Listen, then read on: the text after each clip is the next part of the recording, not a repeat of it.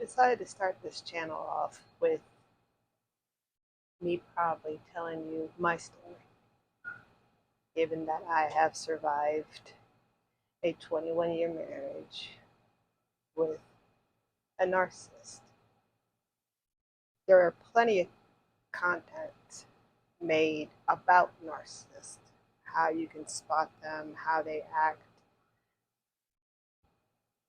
but the truth is you really can't spot them, but that's a whole nother video. But there's not really much content of people sharing their story.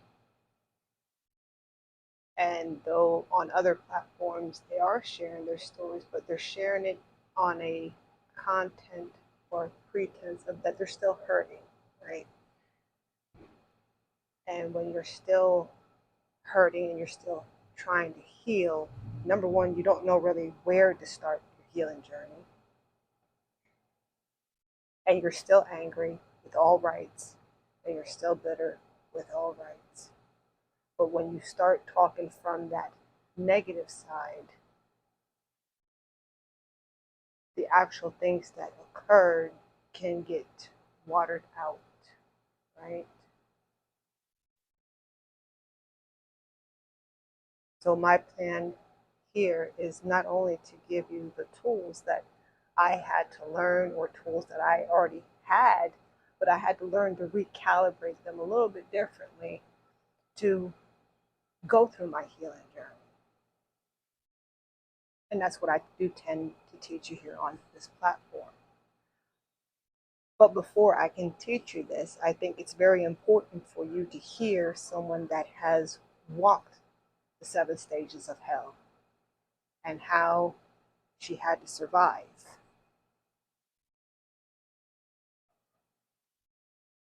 I will try to break this up in different series.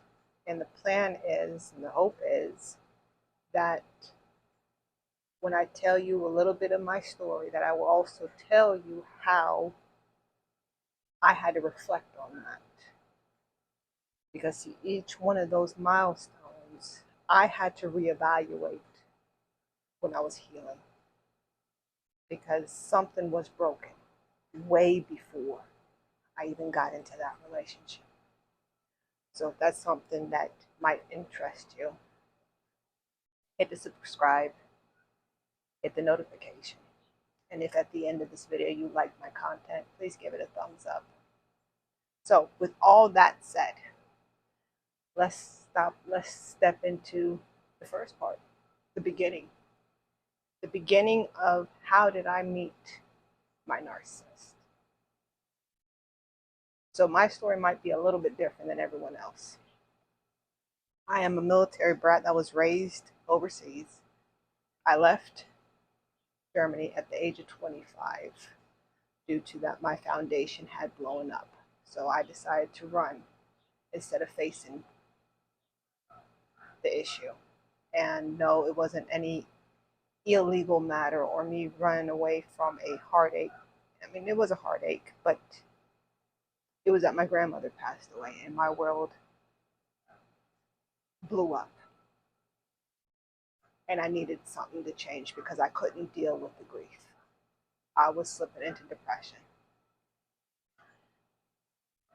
So my cousin offered me to move to the States just to start over. I was like, why not? So I sold everything. One nonstop flight to the States. It was a hard transition, to say the least, because everything was foreign, even though I was an American, but everything was foreign. And just as I was planning on returning back to Germany, I got a job offer that gave me somewhat a little bit less than the salary that I was making overseas. And I was like, you know what? This was divine intervention. So I got my place. I had to get it close to my job because there's this thing called credit score. While overseas, we don't have a credit score. Overseas, your job is your credit score. States, no, you need to have a credit score. So I couldn't get a car. So not a problem. Found an apartment that was close to my job to where I could just take public transportation. I'm used to taking public transportation because that's what we do overseas anyways. Sometimes it's much easier to take public transportation than it is to drive.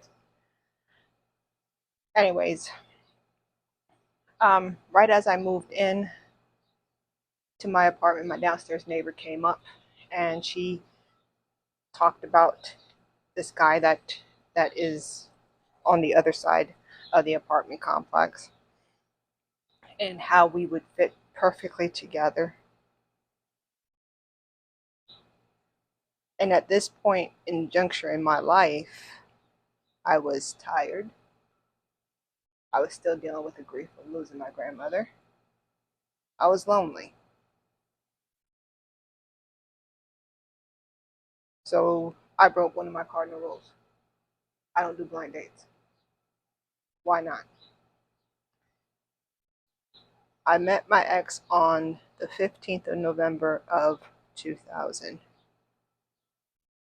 And at first, he seemed pretty decent. He did. You know, he liked to talk. I liked to talk. He gave me the sense that all cards were on the table. Um, and he paid me attention. And he constantly wanted to be with me. So I enjoyed that. So we started to get, serious. Probably not even 4 weeks, maybe 5. I told him that, working, I haven't spent much time with my cats, that I wanted to, spend some alone time with my cats. I didn't say alone time. I just said I wanted to spend some time with my cats. And without even talking to me about it, he just went over to my apartment and brought my cats over to his. Now, why does this stand out? Because that was probably the first time that I saw someone completely disregarding anything. And I remember thinking, well, what if we break up? Now I got to drag the cats back into my place. And besides that, my cats were already still under distress from the long flight. But I didn't say anything because I desperately wanted this to work.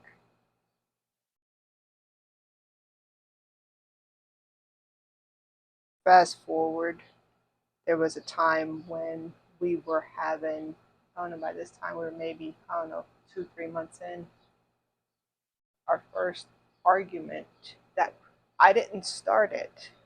And he was kind of nitpicking, and I guess I retaliated, if you want to call it that. And he was drinking. Now, that was also one of my issues, given that my stepfather was an alcoholic. Now, I have no problem with fun drunk. I do have a problem with aggressive drunk, and I do have a problem with someone that drinks excessively. Having 1, 2 beers while we're socializing, I don't have a problem with that. I can differentiate that. But when you're constantly just doing that, Houston, there's a problem.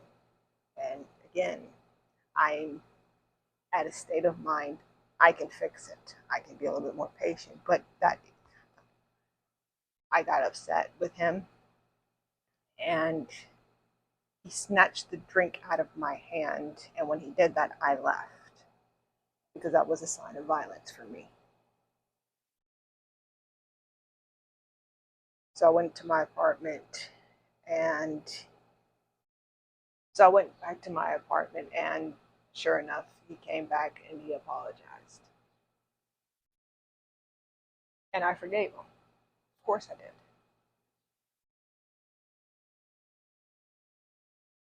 We were probably dating November, December, January, March, April, May, June. 7 months when he proposed. And it was on my birthday. And now people can sit there and say, well, that's so sweet. Uh, no, he took that out of one of my chapters. And I don't know, maybe he was just trying to make that memory a little bit more because I got broken up on my birthday. And I did tell him about that because that's another thing about these type of people. And that was something that at the time when we were to, were you falling for them, the ability to talk, the ability to relate, the ability to where you are in this mind frame of you and I were both broke, therefore you and I both can fix each other. That plays a huge scenario in this because that's, well, I'll get to that point. But that's what drew me into him. His pretense of having the same kind of story as I did, the same kind of struggles I did. Now, mind you, he was or is 10 years older than I was. So, of course, I'm thinking, he can help me, right? And help me not as in, but you've already gone through it, and maybe you can help me maneuver through it. But that's how they draw you in. It's with that pretending to have empathy, the pretending of knowing the struggles you're going through, right? That's their notion. That's their ticket. But back to proposed, got married. It was just at the court. It wasn't even, it was nothing like that. He didn't even have rings. We used my grandparents' rings. Kind of see a pattern here, right? So we got married. He was in the military, so next thing we know, we're getting orders. Well, we already knew the orders were coming. The ship was leaving Virginia to head into California. Given that I had just purchased brand new furniture for my apartment before he had to leave with the ship, the plan was for me to move my furniture into his apartment so then we can just take my furniture because it's new furniture. And it's not because it's my furniture, it's just because his furniture was old and it was broken and it was horrible. And I had new furniture, and to me that just made logical sense. Well, he decided to pull a switcheroo in the middle, right at the day before the movers were coming, telling me I needed to sell my furniture because the military wasn't going to move my stuff and we're only taking his stuff. So here I'm scrambling. I think I sold my stuff for a quarter of what I paid for because it was last minute. There was also a dilemma of having a car. He didn't have a car. He had his car repoed, and I didn't understand at that time what a repo was. I didn't understand that. There's a lot of things I didn't understand then. So luckily, I was able to get us a car under my credit, and now this is a year in. So we are now in September of 2000. October, because 9/11 just happened. So about October, mid and towards the end of October, and now we're driving from Virginia to California. Now, why are we driving? Because we also had a dog and 2 cats, and I was not going to fly with that. That wasn't going to happen. So we drove. In the middle of the drive, granted, I am not raised here. I do not understand. Back then, I didn't understand the freeways. It's just like when Americans go overseas, you don't understand the autobahn. Um, and we were in Dallas, and he told me to take this exit, which is the business route, right? And I took that, and the way he laid into me, because he said that's not what he said, but that was what he said. But nevertheless, I took the blame, because I misunderstood, which I didn't, but you know, we get to San Diego. I already had the apartment set up. I did all that, not him. Um, and that's what a wife's supposed to do, right? That's it. I mean, that's a military code. The military spouse usually tries to take up the slack, where so that the active duty member can just focus on his duties. And like I said at the beginning, I'm a military brat. I know this. So me finding the apartment, me, you know, scheduling the movers and all that was normal to me. But we get to San Diego, and we're there now probably for a couple of weeks now, and I'm having the hardest time trying to find a job because 9/11 hit my industry pretty hard. And you can see that things were weighing on him, and there were little small fights, but again, not still trying to be, you know we're newlyweds, right? We shouldn't even be having these issues, but we're already having these issues, which leads me to me actually seeing the first time his actual true face.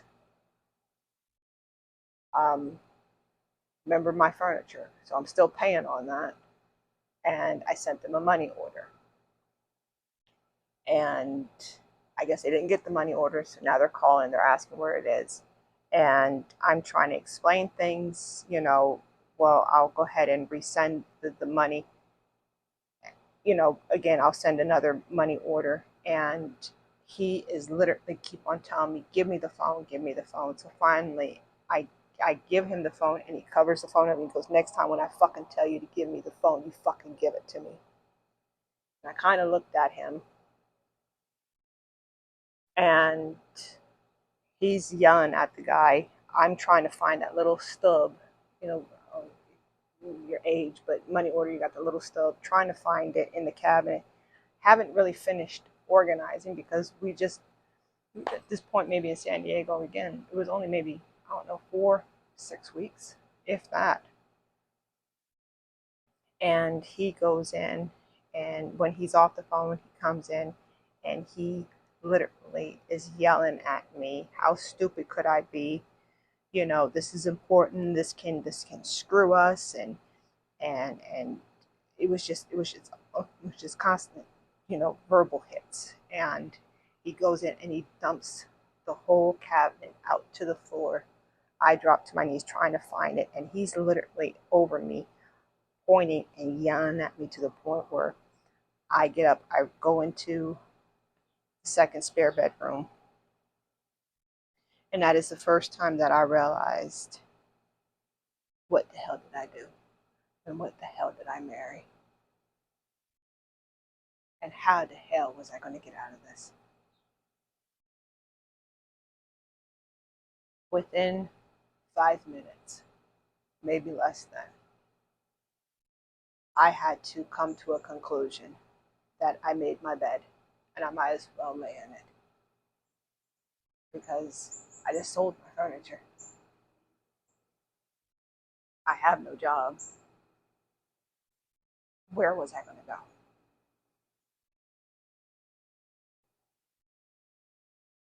He came in, he apologized, and I apologized as well, because it's my fault that I couldn't find the pay stub. And that's when I decided to turn these rotten lemons into lemonade. And that's the first time that I realized that I made a mistake.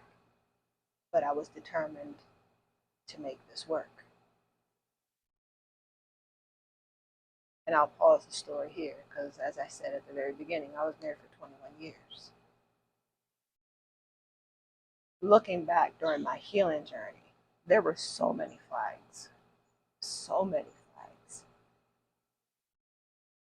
But the biggest of them all that I had to truly face so that I wouldn't make this mistake ever again was to understand that two brokes cannot fix one another. One will be sacrificed. That's guaranteed. Another guarantee is you cannot expect someone to save you if you don't even have the tools or the capability to save yourself. Given that back then I was still grieving and I was still trying to learn how to live in the United States, I should have not gone into a relationship with a desperate energy. Though, yes, I was 25. However, it wasn't the end of anything, right? No matter how my culture might have seen this, but I was still young. I still am young. But anyways, but to go into a relationship and to desperately hold on to the first one that crosses your path and you're disregarding all the flags, that was a key indicator that, yeah, he had his flaws, but I was in no situation, I was in mind frame to even be in a relationship at that point. I needed to learn, and which I did in my healing journey, is that I needed to learn to love myself. Because if I can't love myself, I have no measuring gauge. But I'll make another video just on that by itself. But the reflection for this part was that I needed to truly come to understand that A, I can't run away from my problems. That's number one. Number two, two brokes cannot fix each other. So this is episode 1, and I hope you like the content. Leave me a comment, and I will see you, precious souls, in episode 2.